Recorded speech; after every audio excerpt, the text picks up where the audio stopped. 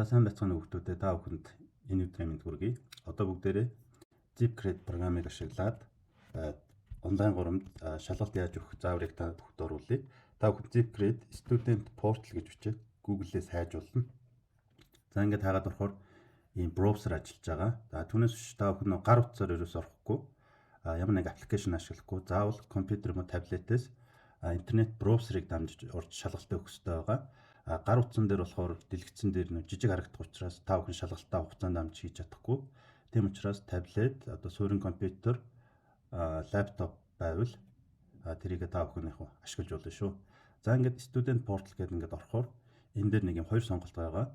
Тэгэхээр одоо та бүхэнд Тамир багш ZipCredit Student ID-гээ 5 оронтой өгсөн байгаа. Мөн Student Access гэдэг сурагч болгон дээр нууц код өгсөн байгаа. За энэгээр бол орохгүй. Энэ болохоор ямар ч тийм код шаардахгүйгээр та бүхэнд тухайн онлайн код үүсгээд одоо линкийг өгсөн тохиолдолд энэ дээр кодыг бичээд орох боломжтой. Энэ тохиолдолд бид нар болохоор ZipCredit Student ID болон Student Access кодыг ашиглаж орно. За ингээд сурагч болгон дээр та болгон дээр ингээд ийм ID өгсөн байгаа тийм ээ. Тэгэхээр энийг би зур туршилт болгоод Тамир багш нэр дээр туршилтын журмаар зүгээр ингээд нийцсэн байгаа. За одоо энийг яаж гүйцэтгэх вэ гэхээр та бүхэн одоо би Тамир багш нэр дээр 26 тик гээд ID үүсгэсэн байна. За энэ ID-гээр ороод за энэний доор яг уу гэхээр за энэ нууц үг байна тийм ээ. Тэгэхээр тэр нууц үгээ ингээд хуул тавиад за ингээд та бүхэн яг уу нэвтрээд орноо л гэсэн үг. За эсвэл та бүхэн энэ дээр ZipCredit S эсвэл Student гэдэг энэ дээр дараад бас яг уу ингээд шууд дуудаад ZipCredit Student Portal руу яваад орж болно. Гэхдээ энэ тохиолдолд бол яаж юм гэхээр код бол access код хийгээд тэгээ логин хийгээд орно. За ингээд логин хийгээд орсны дараа та бүхэнд post paper assigned quiz гэдэг юм гарч ирнэ. За тэгэхээр та бүхэн сорил өгөх гэж байгаа учраас quiz гэдгээ сонгох хэрэгтэй байгаа. За quiz гээд одоо орохоор та бүхэнд ийм туршилтын сорилго би оруулсан байгаа. Тэгэхээр одоо та бүхэн ороод чи нэвтэрч орч чадж гэнэ үү, яаж хийх юм байна гэдэгтэйгээ ерөнхийдөө одоо танилцаж болно. За энэ болохоор ЕС сорилго 2026 нэртэй туршилтын сорилго оруулсан байгаа. Энэ ангид энэ ангийнх нь нэр. За ингээд энэ болохоор одоо ч 15 тийм ээ. 21:30 гэхэр чинь одоо чинь 9:30 болж байгаа юм байна. Тэгэхээр 9 цагт нэгдсэн байна. Аль хэдийн энэ сорилго маань нэгдсэн. Маргааш 16-ны 12 цаг хүртэл нээлттэй байх юм байна тий. Тэгээ хугацаа 80 минут ингээд өгсөн байна. За тэгэхээр та бүхэн сорилгоо яаж эхлэх юм бэ гэхээр begin quiz гэж эхэлнэ. За ингээд quiz гээд орохоор ямар ч байсан ЕШ шалгалтад 80 минут байдаг тийм ээ. Тэгэхээр 80 минут гүйцэтгэх гэсэн англиар бичсэн байна. Энэ дээр бас монгол заавар бичсэн байгаа. Шалгалтыг гүйцэтгэхэд 80 минут байна. Хэрв шалгалтыг гүйцэтгэж байх явцад ямар нэг интернет холбоотой асуудал гарвал дахин өөрийн эрхээрээ нэвтэрч орж шалгалтыг үргэлжлүүлэх боломжтой. Магадгүй одоо хийж идэл одоо цэнгэн дуусаа компьютер чинь унтарч болно. Эсвэл одоо яг суурин компьютертэй гинт залгуур салдаг ч юм уу те.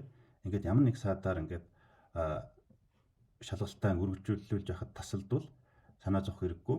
Компьютероо дахиж асаагаад тэгээд саяны зарчмаар кодоо хийгээд нууц үгээ хийгээд ороход шалгалтаа хэвийн үргэлжлүүлэх боломжтой гэсэн үг.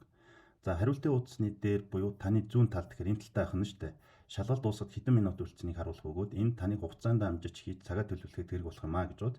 Хэрв та өгсөн хугацаанд шалгалтаа бүрэн submit дараагүй бол автоматар таны тухайн хугацаанд гүйцэтгсэн байдлыг багш руу шууд илгээх болно гэж. За ингээд монголоор заавар бичээд өгсөн байгаа. За тэнгууд та бүхэн хамгийн гол энэ дээр нэг юм цонх байгаа жижиг. Энийг чек хий шүү. Ингээд чеклжээж энэ одоо ингээд цэнхэр өнгөтөлж бод. За ингэсний дараа begin quiz хийгээд оруулна. За ингээд begin quiz хийгээд оруулахаар энэ дээр ингээд сорил харагдана. За хэдэн минут гүйцэтгэх. За ингээд та бүхэн дээшээ доош эхний хуудсанд сорилыг харж болно. За жишээ би энэ туршилтын журмаар зур 2 хуудас материал орсон. За тэгвэл next гэдэг дараагийнхыг ингээд харж байна. За previous гэхээр өмнөх хуудас руу ингээд шилжиж байна. Тэгэхээр та бүхэн ингээд хуудасаар ажиллана. За ингээд та бүхэн A B C D E гэдэг сонголттой тийм ээ. Тэгэхээр энэ дээрс ингээд хуудас нэг хуудас дараагийн хуудасгаа шилжүүлээ харж байхдаа та бүхэн энэ дээр ингээд хариунуудаа хийн. Тэгэхээр гар утсаар ч юм уу те жижиг төхөөрөмжөөр орохоор энэ хоёр дэлгэц чинь одоо хангалттай ингээд ялгагдаж харагдахгүй хийхэд нэлээд төвөгтэй байдаг учраас л одоо компьютер эсвэл таблет ашиглаж хийгэрээ гэж та бүхэн зөвлөд байгаа. За ингээд нийт одоо 46 асуултыг хариулсны дараа 2 дугаар хэсэг чинь 6 тоо бүглэх хэрэгтэй байгаа тийм ээ. Тэгэхээр жишээлбэл энийг 1 2 3 4 5 6 гэж бүглэх нь шүү дээ.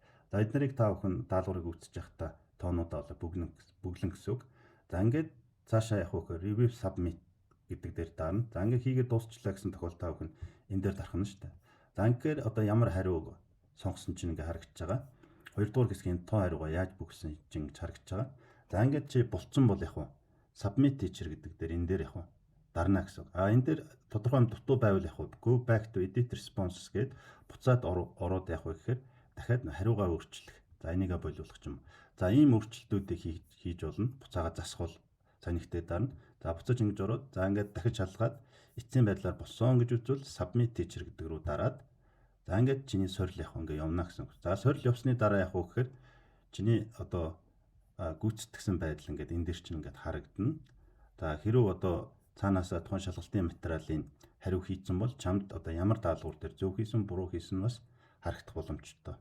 За ингээд шалгалт ерөнхийдөө дуусна. Нэг хамгийн сүүл анхааруулга нь юу юм бэ гэхээр мэдээж одоо цахим горимд хийж байгаа учраас хуулах янз бүрийн эрсдэл бол байгаа. Гэхдээ хамгийн гол нь энийг одоо хууль шийлээгээ та нарт ямар давуу тал байхгүй. Яа тэгэхээр нөө бодит өөрийн дүнгээ харах ямарч боломжгүй. Хоёрдугаар чиний дүнгээ авах гэхээр бусад ямар сурагч харах боломжгүй. Би ч одоо та бүхэнд яг гэхээр ерөнхий анализыг л харуулах учраас хэний ч дүнг нийтэд харуулахгүй. Тийм учраас энэ шалгалтыг зөвхөн өөрийгөө шалгаж яана гэж үзээд өөртөө чин шударгаар энэ шалгалтыг гүйцэтгүүл та эндээс юу мэдж байгаа, юу мэдэхгүй байгаагаа олж аавна гэсэн. Хэрвээ та нар хуулаад янз бүрээр ингэ хийчих юм бол зүгээр л нэг энэ сургалт сорилоод өрсөн мөнгөө одоо дэмий үрж байгаа гэсэн үг шүү. Тийм учраас яг өөрийгөө хаана байгааг ингээ чин шударгаар гүйцэтгээд тэр үр дүн надад ирвэл би эдгээр одоо нийт одоо хүүхдүүдийн гүйцэтгэлээс хамгийн их алдж байгаа даалгавар дээр л та бүхэн тайлбаруудыг сайн өгч өгнө. Та нар хуулаад янз бүр хийчих юм бол буруу үр дүн надад ирнэ. Тийм учраас буруу тайлбар явуулна гэсэн үг. Тэгэхээр энэ даалгаврыг хэр шударга хийснээс хамаарат та бүхэн надаас хэрэгтэй одоо тэр тайлбараа хийлгэж авч чаднаа л гэсэн үг шүү. За ингээд бүгдэнд нь амжилттай шалгалтаа сур сорилгоо өгөхийг хүсэж байна.